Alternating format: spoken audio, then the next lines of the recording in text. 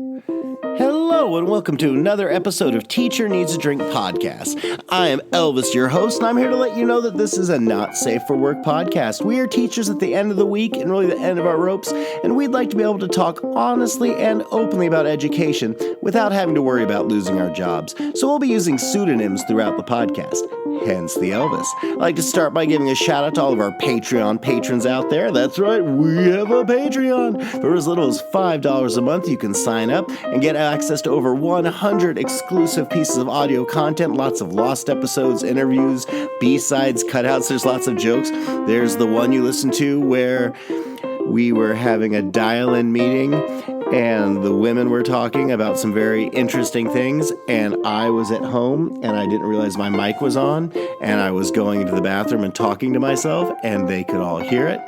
So yeah, that's on there too. It's kind of funny when you know it's not you. So I think you might enjoy that. Anyway, big thank you to our patrons. And if you sign up, you get your name read, like these people. Mr. M. Lozier, Justin M., Jessica C., Inga, Kaylee, Terry J., Tracy B., Miss Wonderstats, Quentin P., Mistress Mischief, Natasha S., Miss Anthropy, Princess Buttercup, Dragon Lady, Helena C., Aaron B., Stephanie S., Texas Teacher Kristen, James and Allie J., Samantha D., Lisa C., Rachel, Jan Genie, Exhausted Band Director Jessica A., Swiffle Ev Owners, Amanda F., Ariana L., Physics Runner, Michael M., Aldrich T., La Scorpionita, Britt M., Therese H., Biker Teach, Christina B., Jason F., Abby B., Sarah B., Regina N., Josie S., Sam B., Mary E., Kristen W., Vanessa J., Mary C., RJ Har, Johanna H., Irma A., Nimi, and Sarah N.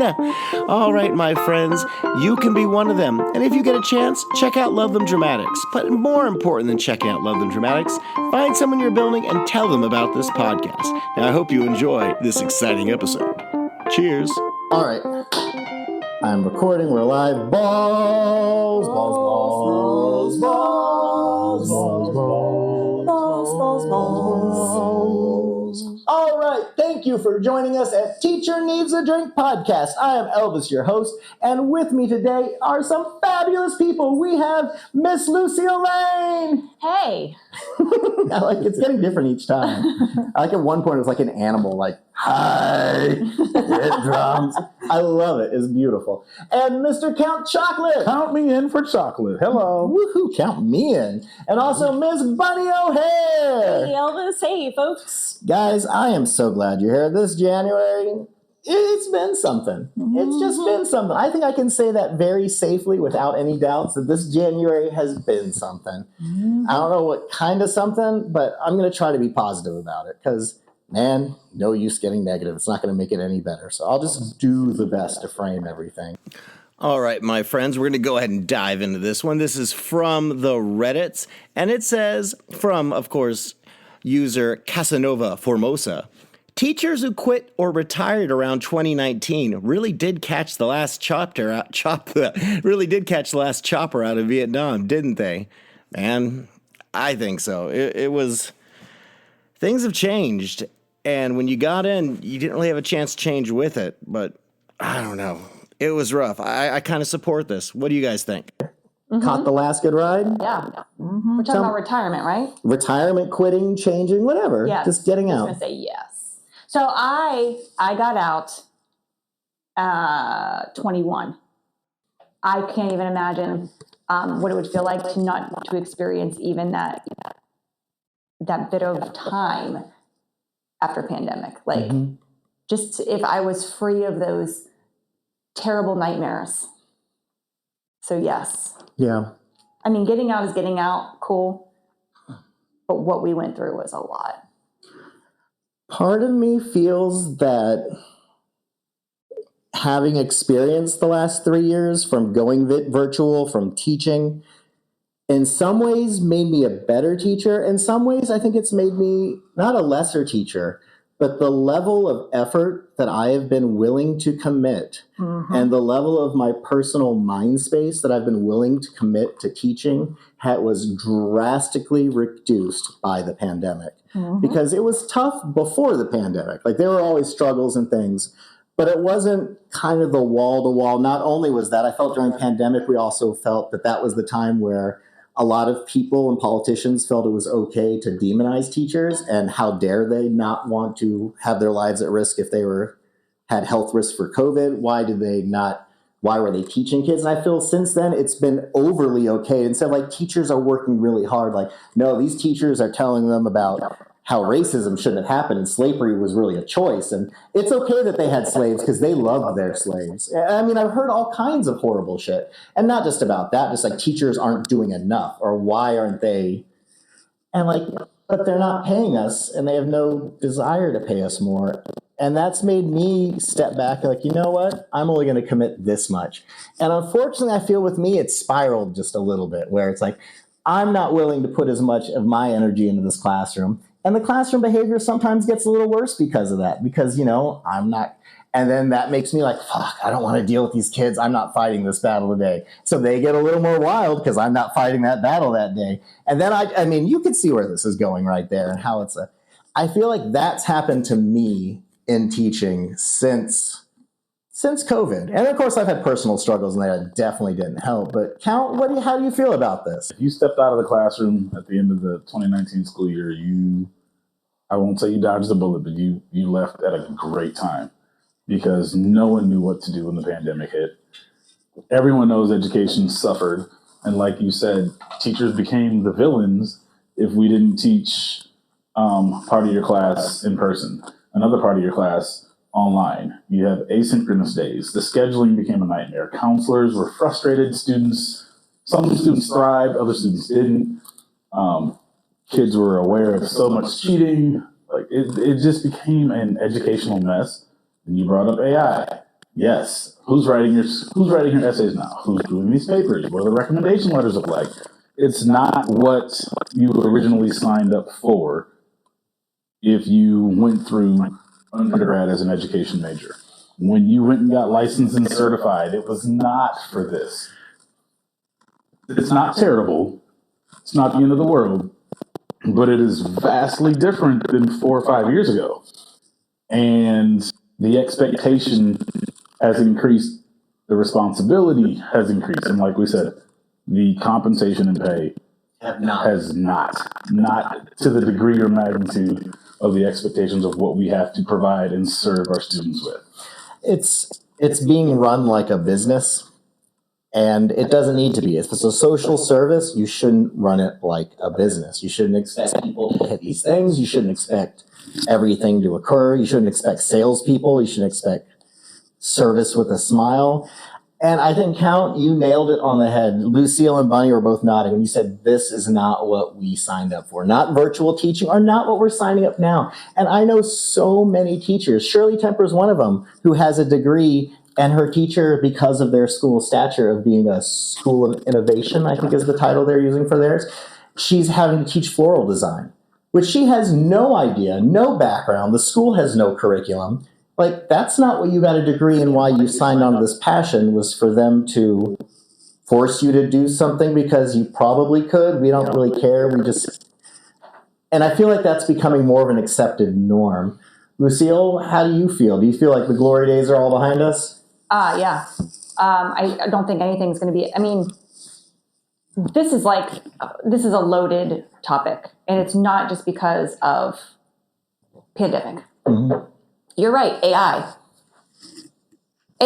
is going to, it's going to help a lot of things. I was doing, catching up on, what's the latest trends in school, and AI is one of them. It's helping teachers ask better questions for responses to understand knowledge, but,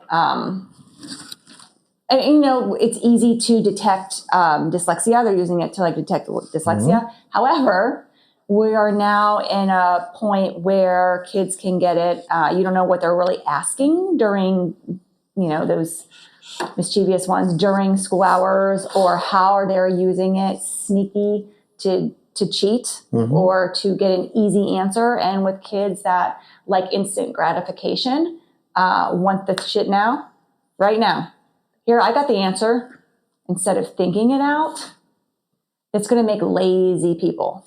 Well, the thing is, they want us to teach critical thinking, and they want the kids to display critical thinking, but they don't give us the time to evaluate critical thinking appropriately or to teach it. And then when the kids don't have to, They don't have to now. They don't have to, they won't. If kids know that no matter what, they're never going to earn less than a 60, so they can do one paper at the end and turn it in, they're not gonna. I mean, there are kids who will try and do the work, but there's a large percentage where once it becomes socially acceptable in their friend circle to not do work anymore, they're not doing it. Bunny, you had something to say earlier, but you also had a mouthful of food, so I didn't want to call on you until you... No, that's fair. Just backtracking to the thing about this isn't what we signed on for, like, that was the thing that made my blood boil during the 2020, 2021 school years, was the political or, whoever people being like, this is what you signed up for. The fuck it was. When I did my student teaching back in the dark ages, like, we didn't even have active shooter drills. Like, that wasn't a thing yet. The thought of having to teach a performing course solely online would have been laughable. Like, the things that we are being asked to do now were not, like, literally that was not a thing. And so, no, this is not what I signed on for. It's also gaslighting. Yeah, for sure. I feel the difference is jobs and tasks that were required of teachers 20 years ago, 15 years ago, 10 years ago, are now being assigned to one teacher instead of a group. Instead of having one person where this is their job and this is their benefit and this person has to, you have one person who's having to do the jobs of 4, and now it's the whole team is doing the job of 4 or 5 people each. And you lose time for compassion, you lose time to want to do anything outside of work, and I think that's fully supported. We talk about all the time here that if you die on this job, they're going to have a new teacher in your room tomorrow. They might stop, they might say a moment, but the show's going on. It's not worth risking your mental health, your relationships, It's just not at this point. And yes, those kids don't need to be let down. Yes, those kids deserve an education, but that shouldn't guilt you into being the one forced to do it. Yeah, my floor needs to be cleaned up because someone took a shit on it, but maybe I can get the person who took a shit on my floor to clean it up instead of forcing it. I don't know. That went offhand. That's a whole other thing. Sorry. I got off track. I'm thinking, this is what we did. We're not signed. Let me start this again. I'm going back to thinking, like, this is not what we signed up for. And with all of the hurdles now, technology, we're talking all of it, behaviors, those kids back in the pandemic who lost the social aspect of school and how that was beneficial. Also, the large gaps. Those large gaps, we're not going to see consistency for many, many years to come. And with that being said, putting those two things together, I never thought that I would say this, and there's going to be probably a lot of comments about this, but you remember problem-based learning? I think that's almost something now that is a necessity, because you really can't use AI, or if you use AI, it's how to help me get to my goal, but it can't solve the problem for you. So we need to be looking at education as a whole different way. I think the first thing is we need to decide that education is worth it and we need to fund it. It's not that we need to make teachers more accountable. It's not that we need to make sure expectations are higher. It's that you need to fund it. If I want to lead a healthy lifestyle, I can't just put burgers in my system. I need to put things that are worthwhile. And to get those worthwhile things, sometimes I need to spend money. Sometimes you need to pay the teacher so they stay and they have the desire. It's not, okay, we'll just take these vets and these bus drivers and there's nothing wrong with being a vet or a bus driver, but I'm saying people who aren't certified in this position and bring them in because they just need, if you're putting warm bodies in, that's all you're going to get is a warm body. Yeah. See, the other part that really frustrated me was the standard that they lowered for allowing an adult into a classroom during this whole time. Before it was, hey, if you're certified, you can be in this role. Then it was like, oh, if you have a college degree, you can be in this role. I got really, really mad when it was like, hey, if you have any former military training, you could be in a classroom. And I was like, this is not how this works. I went through 4 years of this, undergrad, certification, licensing, all the professional development, the training, learning how to build a rapport, and you're going to let any adult who has a pulse in the classroom. It's insulting. And exactly. I had never felt more insulted in my life saying that, oh yeah, I can do that. Sure, go ahead and give it a try. And as soon as you fill out some paperwork, you're in there. Yeah. Like, no, that's not how this works. And then act surprised when it doesn't go well or things just aren't at the level. Like, man, when I was in school, yeah, well, they paid teachers a little bit better 4 years ago. Or inflation hadn't hit. Or they hand you a new hire who has never been in a classroom before and want you to give them their lesson plans and help them with for no extra pay. Like, so now I'm literally doing two people's jobs. Yeah. Back to what you were saying about the money and the funding. So yes, your people are going to be loyal and they're going to be effective if they are paid their worth first. Let's start there. And they feel appreciated. Yeah. Well, yes. And money does help you feel appreciated. It does. And Yes. second, we can't be doing the same old shit when technology and best practices are changing all the time. We need to think about if you're going to invest in a curriculum or a practice, make sure it's worth it and really commit, because this is not. We are doing the same thing over and over. And expecting different results. I was just going to say, which is it's craziness. It's not literally. It's not how it needs to work. It's all. I think what's going to happen, and it's probably going to happen sooner than later, is there's going to be another big shift. Whenever there's been a big shift in the way society is working, different methods of education come up. There used to be single block classrooms. Things were a lot different in, say, the 1800s and the industrial age. And then because that, Montessori teaching came out, and they started evaluating different ways to run classroom. And as communities and cities have gotten larger, we've evolved these districts. We have different ways. But now with the advent of technology, with the way everything's worked, with the way what's expected, and the thing is, a lot of the jobs that were available today, 6 years ago, aren't going to be there in 4 or 5 years. Right. The world, this is very different because the world we're preparing these kids to go into is not the world we were in. All right. All right. Hey guys, guess what? We have a Patreon. Yeah, we do. It is true. For as little as $5 a month, you can be a patron of Teacher Needs a Drink podcast. Go to Patreon. You can sign up right there, and you get access instantly to over 100 bonus episodes, exclusive content, B-sides, interviews with the host. You get to have your name read at the beginning of the podcast, and you're funding beautiful meals for when we record. Today we had bagels and lox and bacon and fruit and coffee and booze, and it's been a nice little breakfast. So thank you, patrons, and you can be one of the people we say thank you for. Sign up and do it now. Thank you. All right, now we have our lovely Miss Shirley Temper reading our Would You Rather. Would you rather all your exes are moving in with you, or everyone thinks you're Superman, but you're actually just you?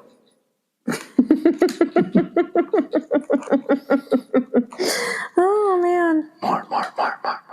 All right, so today we have, would you have all of your exes move in with you, or everyone thinks you're Superman? I'm just going to choose Superman, because a lot of these people I don't want around anymore. It's just, it wouldn't be good for me. It wouldn't be good for them. I mean, I don't want to be selfish. There's reasons they're exes and not currents. So, I'll take the everyone thinking I'm Superman. I'm going to try and make that work for me and hope no one just tries to take a shot at me just because they can. Because they think you're bulletproof. They think I'm bulletproof, yeah.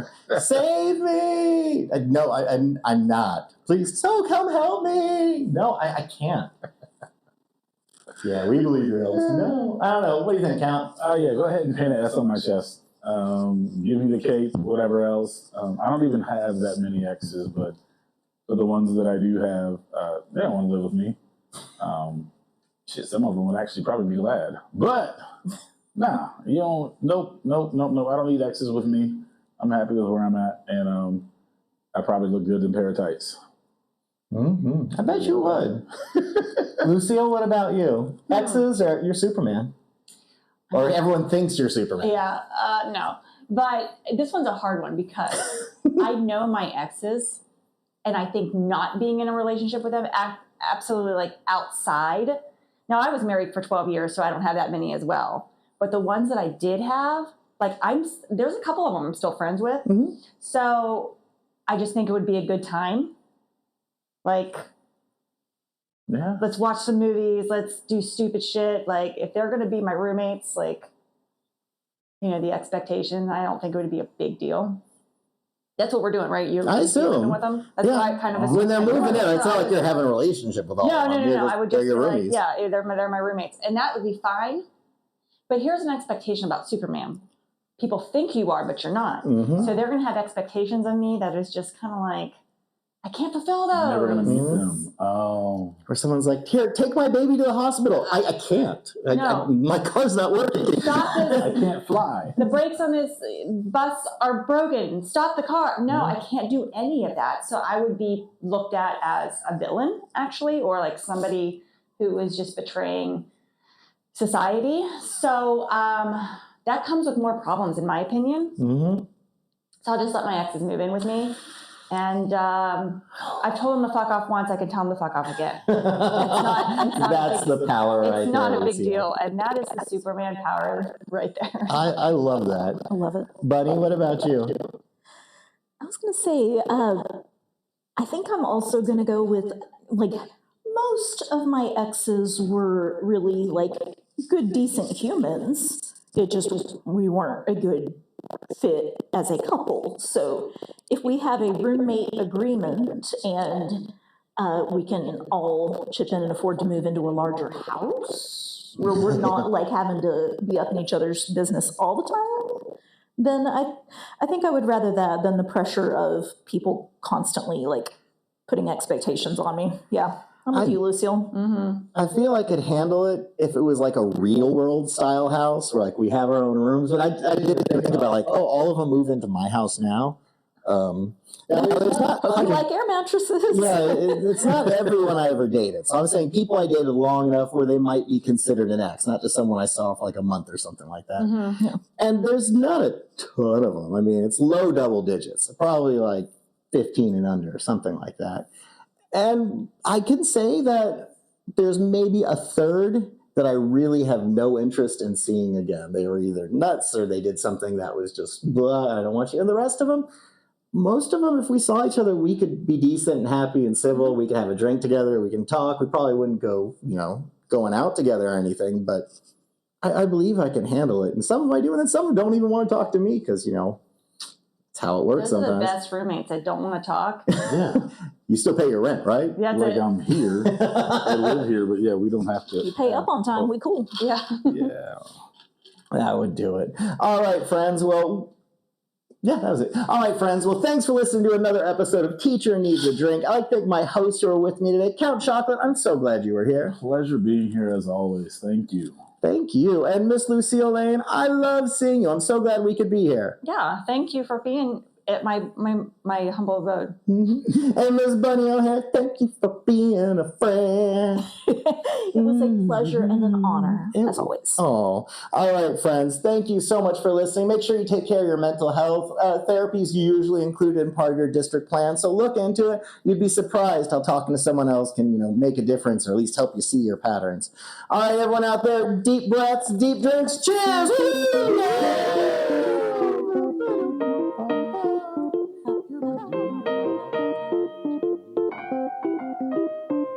All right, my friends, thanks for choosing and listening to another episode of Teacher Needs a Drink podcast. If you get a chance, tell someone at your work about us. Find one person who you think might dig it and just help spread the word. It goes a long way. I'd like to thank all my hosts who were with me today and helped me out this podcast, especially Miss Lucille Lane, who let us host at her house. She is the shit. All right, my friends, everyone out there, take care of yourselves. I'm kind of burning out a little bit. It's only the end of January, so I'm going to need to take some time to focus before the life gets going again. But anyway, I love all of you. Thank you for subscribing. Thanks for the patrons. Thanks for the listens. All of you guys, have a good night. Cheers. Or a good day, whatever.